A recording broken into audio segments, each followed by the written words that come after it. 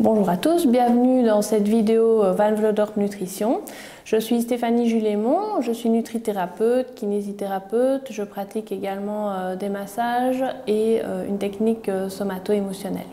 Aujourd'hui, j'avais envie de vous parler du stress et du lâcher-prise. Pourquoi le stress? C'est quelque chose que je rencontre très souvent en consultation et qu'on diabolise parfois un petit peu, alors que c'est quelque chose de tout à fait naturel. Le stress est vraiment une réponse physiologique de notre organisme et l'idée est plutôt d'arriver à le gérer plutôt qu'à le combattre et l'augmenter. Donc ce que je voulais également vous expliquer, c'est que le stress produit une substance qui s'appelle la substance P et qui fait que nos tissus se contractent vraiment grâce à cette substance. Et donc, ce n'est pas une question que vous ne savez pas vous relâcher, c'est une question que le corps a cette réponse physiologique. C'est vraiment important de le savoir parce que si vous le savez, vous pouvez alors vous dire « Ok, maintenant, qu'est-ce que je fais avec ça ?» Ça, c'est le but de la vidéo d'aujourd'hui, c'est que je puisse vous donner quelques petites techniques que vous pourriez utiliser et avoir dans votre boîte à outils.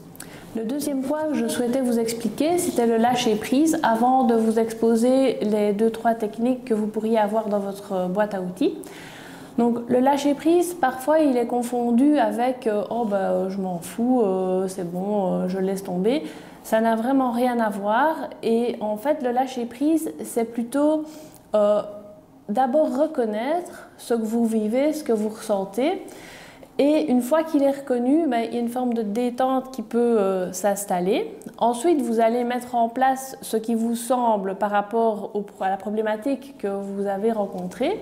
Une fois que cette problématique et la solution est lancée, alors ce qui est important, c'est de pouvoir se dire intérieurement « Ok, maintenant que j'ai fait ma part, je laisse la vie continuer ». Et souvent, en ayant cette troisième étape, ce qui est important, c'est que des solutions auxquelles on n'aurait pas pensé peuvent se mettre en place parce que justement, on a laissé un petit peu s'ouvrir tous les possibles, entre guillemets. Ce qui va parfois être embêtant, justement, c'est que quand on met quelque chose en place et qu'on vise vraiment une solution et une seule solution, on se bloque un peu d'autres solutions qui sont plus idéales, finalement. Alors maintenant, je vais vous parler un petit peu de ce que représente pour moi une émotion.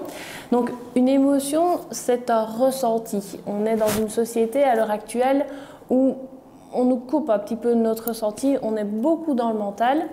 Donc pour vous aider à gérer les émotions, ce qui va être super important, c'est qu'on puisse ressentir ces émotions afin qu'elles puissent être transformées. Quelque part, toutes nos émotions, toutes nos expériences, qu'elles soient positives ou négatives, sont là pour être transformées et quelque part, elles peuvent alors être libres dans le corps et bien bouger.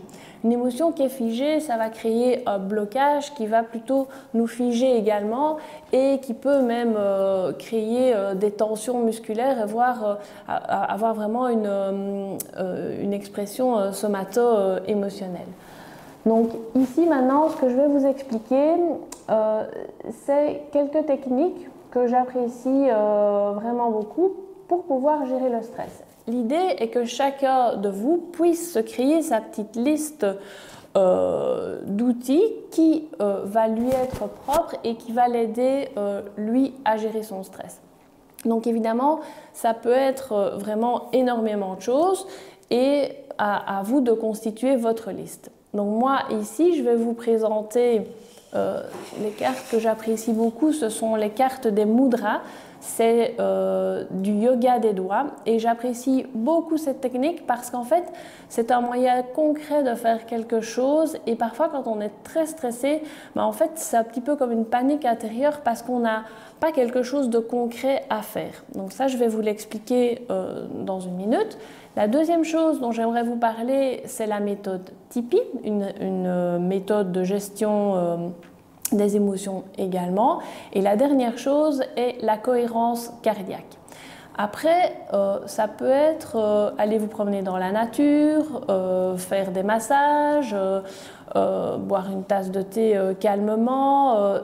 Tout ce qui va vous faire du bien va vraiment contribuer à gérer le stress. Tout ce qui va vous faire plaisir va vous aider à fabriquer de la sérotonine et donc du coup à vous sentir mieux dans votre corps, mieux dans votre peau. Et ça contribuera également à moins avoir envie de bifurquer éventuellement sur la nourriture qui peut être une compensation, une échappatoire.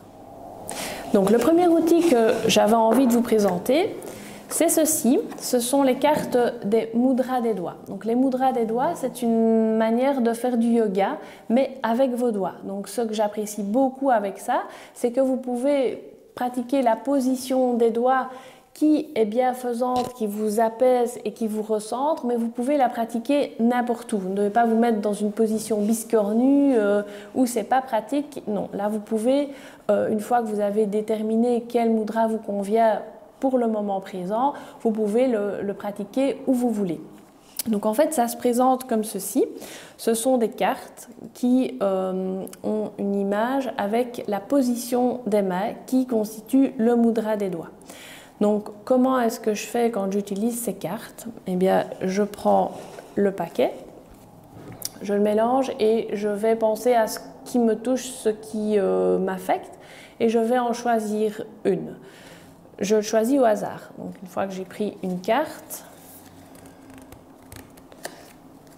celle-ci, voilà, je prends ma carte, je regarde quelle position des mains je dois faire et je vais la faire. Donc ici, c'est cette position-ci que je dois faire. Donc en général, quand je le fais juste après l'avoir choisi et que je me pose pas spécialement longtemps ou que je le fais un peu sans que les gens se rendent compte que je le fais, eh bien je sens assez rapidement un alignement et un apaisement intérieur, comme si quelque chose se relâchait.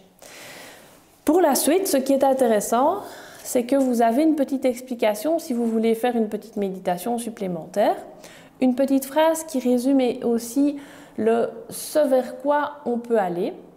Donc moi, cette phrase, quand je la lis, je me dis « Ah oui, ok, par rapport à ma problématique, à mon souci du moment, voilà une direction que je peux prendre. » Et c'est apaisant parce que ça vous donne une sorte de solution du moment. Donc voilà pour ces cartes des mudras. Maintenant, il y a d'autres manières de les utiliser qui sont expliquées dans le petit fascicule explicatif, mais moi c'est comme ça que je les utilise et que ça me fait du bien ou que ça fait du bien à mes patients.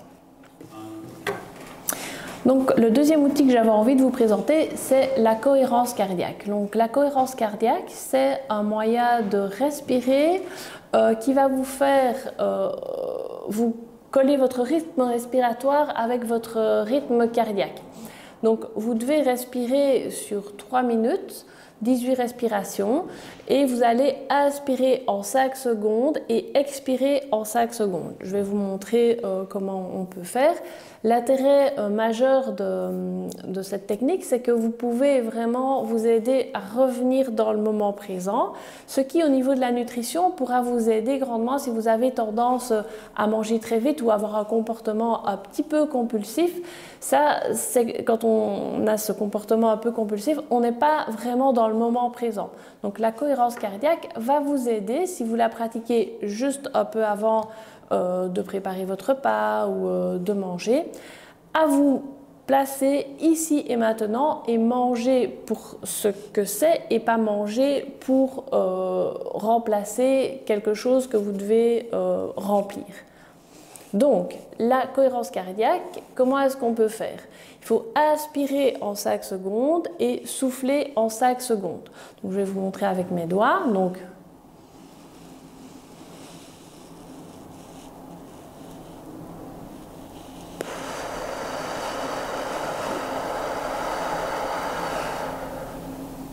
et on recommence comme ça 18 respirations pour arriver aux 3 minutes. Au début, ça peut être pas évident du tout parce qu'en fonction de la personne, vous allez peut-être avoir difficile d'arriver à l'expiration complète ou à l'inspiration complète.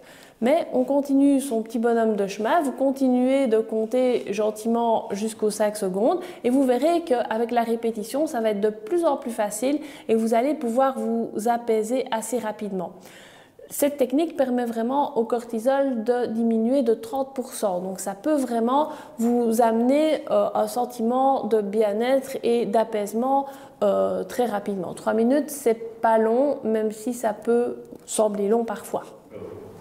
Donc la troisième technique, elle n'a pas vraiment de nom, c'est plutôt une invitation à ressentir vos émotions. Quand vous allez ressentir de la colère, si vous vous dites oh mais non, mais ça va aller, allez, hop, allez, ça va aller.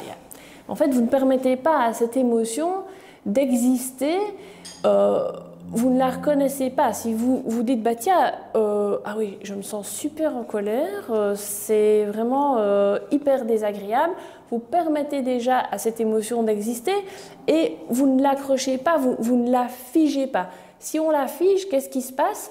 En fait, vous allez ressentir plus de tension musculaire. Finalement, ce cortisol va augmenter parce que vous allez vous énerver. Donc, dans notre société aussi, on est fort dans le mental. Donc, on ne nous apprend pas à ressentir nos émotions. Donc ici, pour vous aider à gérer votre stress, simplement un petit jeu intérieur de pouvoir se dire ah oui, qu'est-ce que je ressens là maintenant? Ah, je me sens très en colère. Maintenant, quand on se sent très en colère, on ne se dit pas je me sens très en colère. On dit, je me sens très en colère. Ok, ben, on la reconnaît et vous essayez de voir ce que ça vous fait à l'intérieur. Donc, si ça reste dans votre mental, elle n'est pas vécue. Si vous la ressentez, que vous vous posez un petit moment, ça peut être à la toilette, hein, si une collègue vous énerve très fort, vous vous mettez dans un petit coin et vous essayez de voir ce que ça vous fait. Ah oui, je sens comme une boule près de la gorge. Qu'est-ce qu'elle fait cette boule? Elle descend, elle monte, elle s'élargit, elle grossit, elle est chaude, elle est froide. Et si vous prenez 2 minutes pour observer ce que cette émotion vous fait dans le corps, normalement, après 2 minutes, elle s'apaise, elle s'évanouit, elle se relâche. Ça ne veut pas dire que vous aurez réglé votre problème, mais ça veut dire que vous aurez permis à votre émotion d'exister et que vous aurez la capacité de prendre plus de recul pour justement gérer la problématique qui a généré cette émotion. Voilà, j'espère que ces 3 petites techniques vont vous permettre d'étoffer votre boîte à outils pour gérer votre stress. Et n'oubliez surtout pas que la personne la plus importante, c'est vous.